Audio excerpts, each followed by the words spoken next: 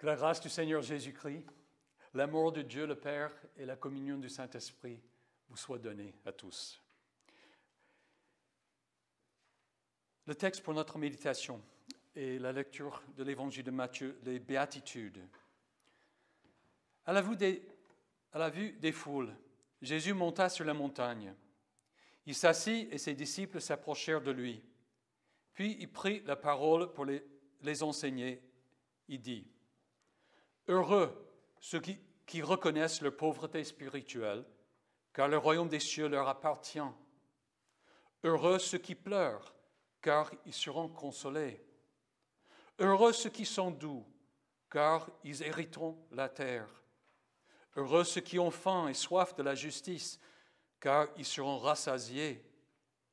Heureux ceux qui font preuve de bonté, car on aura de la bonté pour eux. Heureux ceux qui ont le cœur pur, car ils verront Dieu. Heureux ceux qui procurent la paix, car ils seront appelés fils de Dieu. Heureux ceux qui sont persécutés pour la justice, car le royaume des cieux leur appartient. Heureux serez-vous lorsqu'on vous insultera, qu'on vous persécutera et qu'on dira faussement de vous toutes sortes de mal à cause de moi. Réjouissez-vous et soyez dans l'allégresse, parce que votre récompense sera grande au ciel. En effet, c'est ainsi qu'on a persécuté les prophètes qui vous ont précédés. Voici la parole du Seigneur. Veuillez vous asseoir.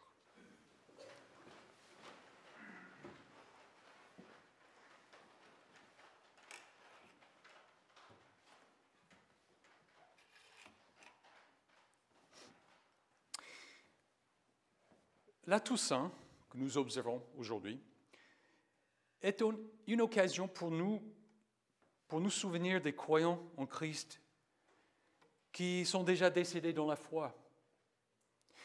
Une question s'impose naturellement.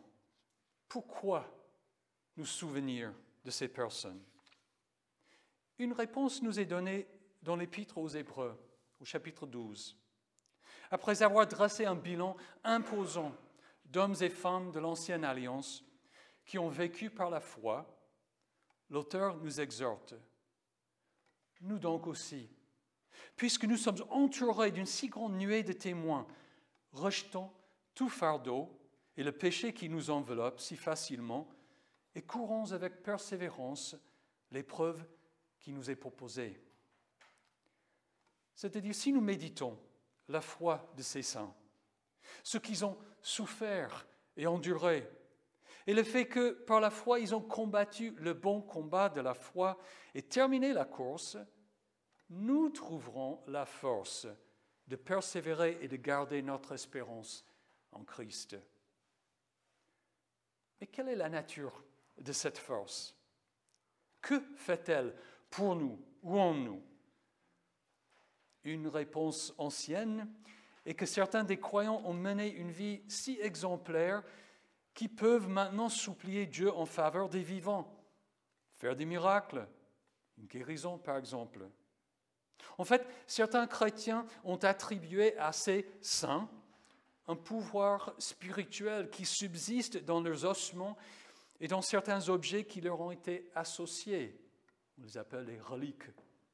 À l'époque de la Réforme, les gens croyaient qu'ils pouvaient se procurer la protection et l'intercession des saints, même un miracle, par la vénération de leurs reliques. Et cela continue toujours de nos jours. Par exemple, Mère Teresa a été canonisée, c'est-à-dire élevée au rang des saints l'année dernière. Un reliquaire en forme de croix et contenant comme relique de Mère Teresa son sang est présenté à la vénération des fidèles lors de cette messe. En dehors de tout cela, la plupart des peuples du monde pratiquent une forme de culte aux ancêtres. Ils sont persuadés que les morts veillent sur les vivants et qui dirigent les événements sur la terre. Grâce à la vénération des ancêtres, on peut s'assurer la santé et le succès dans la vie. Chez nous, les gens ne font peut-être pas d'offrande à leurs ancêtres, mais nous mettons des fleurs, des bougies, des photos et d'autres objets sur leur tombe assez fréquemment. On nous raconte que l'esprit de son père ou de sa mère, de son époux ou épouse, veille sur quelqu'un et fait remarquer sa présence. Il y a un côté désagréable à cette relation. Lorsque les ancêtres se sentent négligés ou offensés, ils peuvent infliger des maladies et des malheurs, même la mort. Parfois, ils hantent les vivants. Peut-être que nous rions à tout cela, de tout cela, le prenons pour une superstition. Pourtant, beaucoup de gens ne sont pas à l'aise au sujet des morts. En général, nous n'aimons pas les cimetières et les cercueils. Or, bien que ces croyances soient très répandues par tout le monde, elles ne sont pas vraies pour autant. La parole de Dieu ne soutient pas la croyance que les morts agissent ni en faveur des vivants, ni contre eux. La Bible dit explicitement, que l'âme ou l'esprit de l'homme subsiste après la mort en attendant la résurrection générale et le jugement des vivants et des morts. Mais toute tentative de communication avec les morts est formellement interdite. On ne trouve pas d'exemple d'un croyant qui s'adresse par la prière à un ancêtre. Toute prière est adressée à Dieu seul. Sous la Nouvelle Alliance, nous avons ordre de prier Dieu au nom de Jésus-Christ. En effet, comme l'apôtre Paul écrit, il y a un seul Dieu et aussi un seul médiateur entre Dieu et les hommes. Un homme, Jésus-Christ, qui s'est donné lui-même un rançon pour tous. En conséquence, nous n'invoquons pas le nom d'aucun autre intermédiaire dans nos prières. Aucun saint, aucun ancêtre, si exemplaire qu'ait été sa vie. Ils ne peuvent pas intercéder pour nous auprès de Dieu. Et leurs reliques ne contiennent pas de pouvoir spirituel pour faire quoi que ce soit. Un point important. Ce qu'il y a de déplorable ici, dans ce culte au sang, n'est pas seulement une fausse croyance, mais que la fausse croyance nous détourne de la vérité, de la vraie puissance de Dieu. Inévitablement, lorsque nous pratiquons un christianisme populaire plutôt que biblique, nos traditions humaines l'emportent sur la parole de Jésus. Jésus a ordonné à son Église d'annoncer le pardon des péchés en son nom, de baptiser en son nom, de célébrer la Sainte Seine en souvenir de lui. Ces paroles et ces actions ont la promesse de Dieu. Par sa parole et ses sacrements, les moyens de grâce, Dieu pardonne, réconcilie et guérit. Pourtant, nous négligeons souvent ce que Dieu a institué, ce qui est la véritable puissance du salut, pour nous attacher à des croyances inutiles et nuisibles d'origine humaine. Alors, pourquoi observer la Toussaint? Selon la Bible, les saints sont tous les croyants en Christ, vivants et morts. Mais aujourd'hui, nous pensons à ceux qui se sont endormis déjà en Christ.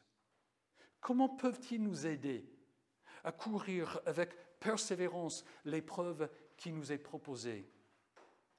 Justement par leur exemple, par leur témoignage à la fidélité de Dieu. Le souvenir des saints nous enseigne à faire comme eux, à invoquer Dieu au nom du Seigneur Jésus, à compter sur les promesses de Dieu et à mener la vie qu'il a promis de bénir. C'est ça le point essentiel de notre lecture de l'Évangile de Matthieu. Dans les béatitudes, Jésus énumère plusieurs qualités chrétiennes et nous exhorte à les développer dans notre vie parce qu'elles ont la bénédiction de Dieu et sa promesse de récompense. C'est le fruit normal de la foi authentique et biblique dont les saints ont fait preuve. Dans les béatitudes, il y a 2 phrases clés. La première est « Car le royaume des cieux leur appartient ». Jésus répète cette phrase au début et à la fin de la liste des conditions heureuses du croyant. Il la répète pour insister sur le fait que ses disciples font déjà partie du royaume de Dieu. Jésus nous dit en effet, « Félicitations, vous êtes agréables à Dieu et il vous récompensera. » Un disciple est celui qui a assimilé l'esprit de son maître. Il a compris, a accepté et adopté l'enseignement et la manière de vivre de son maître. Jésus, le maître, est celui qui fait venir le royaume des cieux. Il donne le royaume à ses disciples en vertu de leur relation avec lui. Unis à Jésus, ils ont l'approbation de Dieu et la promesse de s'asseoir à sa table au ciel. Le royaume des cieux leur appartient. L'assurance que le royaume des cieux nous appartient est la force et la liberté pour faire preuve de bonté, pour avoir soif de la justice, pour procurer la paix, pour être doux et avoir le cœur pur, et ainsi de suite. Jésus ne dit pas que si nous faisions ces choses, nous entrerons dans le royaume.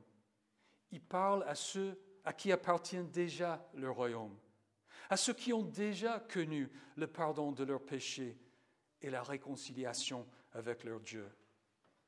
À de telles personnes, à vous et à moi, Jésus enseigne la vie de foi qu'il a menée lui-même et qui a la bénédiction de Dieu. Ceux qui nous ont précédés dans la foi, dans la vie, et qui font maintenant partie de l'immense foule devant le trône de Dieu, ont connu ces qualités. Ils sont alors des témoins de la vérité de la parole de Jésus. C'est comme il nous disait, « Reconnais-tu ta pauvreté spirituelle, ton péché et ton besoin d'un sauveur? Eh bien, n'abandonne pas. Le royaume t'appartient et tu vas te joindre à nous. Gémis-tu et pleures-tu à cause de la misère et la mort humaine? N'abandonne pas, tu seras consolé comme nous. Pries-tu pour tes ennemis? Tends-tu l'autre joue? Préfères-tu souffrir plutôt que de rendre le mal pour le mal? Si oui, tu es parmi les doux. Ne cesse pas, car tu hériteras la terre avec nous. Brûles-tu du désir de la justice pour tous? Continue, tu seras rassasié. Nous en sommes témoins. Pardonnes-tu à ceux qui ne le méritent pas? Tu es compté donc parmi ceux qui font preuve de bonté. Ne change pas, car tu recevras la bonté de Dieu. Le Saint-Esprit a-t-il purifié le cœur de sorte que tu luttes contre le péché dans ta vie? Tu es compté parmi ceux qui ont le cœur pur. N'abandonne pas, tu verras Dieu. Essaies-tu de réconcilier ceux qui sont en conflit l'un avec l'autre? Tu es parmi ceux qui procurent la paix. Continue, car tu seras appelé enfant de Dieu. Est-ce que les gens t'insultent ou te méprisent parce que tu t'efforces à accomplir la volonté de Dieu? N'abandonne pas, car le royaume des cieux t'appartient et tu vas te joindre à nous. Ces paroles de Jésus sont des paroles de vérité et d'encouragement, car Dieu voit toutes ces choses et vous récompensera au moment voulu. Ce n'est pas là un conseil moraliste pour que vous fassiez plus d'efforts, c'est plutôt la promesse que tous ceux qui se confient en Jésus-Christ recevront la récompense attendue, le salut. Les saints en sont témoins. La deuxième phrase clé est celle-ci. En effet, c'est ainsi qu'on a persécuté les prophètes qui vous ont précédés. Il faut comprendre l'importance des prophètes pour les Juifs, pour les premiers disciples. Les prophètes étaient des hommes et des femmes par qui Dieu s'est révélé et a dirigé son peuple. Les Juifs ne visitaient pas de reliques pour s'approcher de quelqu'un avec la puissance de Dieu. Ils ne faisaient pas non plus lire les lignes de la main pour découvrir la volonté de Dieu. Ils voyaient le prophète. Et lorsqu'il n'y avait plus de prophètes, ils étudiaient leurs écrits. Les prophètes et leurs écrits constituaient le lien direct entre Dieu et les Juifs. Évidemment qu'ils avaient l'approbation de Dieu et faisaient partie de son royaume. Nous devons donc faire comme eux. Nous devons entrer dans le royaume par la porte étroite de la foi. Sinon, comme Jésus l'a dit autrefois, vous verrez Abraham, Isaac, Jacob et tous les prophètes dans le royaume de Dieu et que vous serez jetés dehors. Alors Jésus nous associe aux prophètes et nous encourage à persévérer comme eux. Les prophètes reconnaissaient leur pauvreté spirituelle. Ils étaient doux, ils avaient faim et soif de la justice. Ils faisaient preuve de bonté et avaient le cœur pur. Ils procuraient la paix et ont été persécutés pour la justice. Mais ce sont eux qui se réjouissent maintenant de la paix au ciel, car le royaume des cieux leur appartient. Et vous, vous êtes les descendants des prophètes, parce que vous avez confiance en Dieu, comme il l'avait. Et justement parce que votre foi vous pousse à obéir à Dieu et à juger le bien et le mal sur la base de la parole de Dieu, vous souffrez peut-être comme des prophètes. Et c'est ça qui reçoit la bénédiction de Dieu. Heureux serez-vous lorsqu'on vous insultera, qu'on vous persécutera et qu'on dira faussement de vous toutes sortes de mal à cause de moi. Réjouissez-vous et soyez dans l'allégresse, parce que votre récompense sera grande au ciel. En effet, c'est ainsi qu'on a persécuté les prophètes qui vous ont précédés. Notez bien la qualification de cette opposition, à cause de moi. Jésus ne parle pas de nos souffrances à cause de nos péchés. Par exemple, la honte d'être pris dans un mensonge. Non, il parle du mépris et du mal dont nous pouvons être l'objet parce que les gens nous associent à Jésus.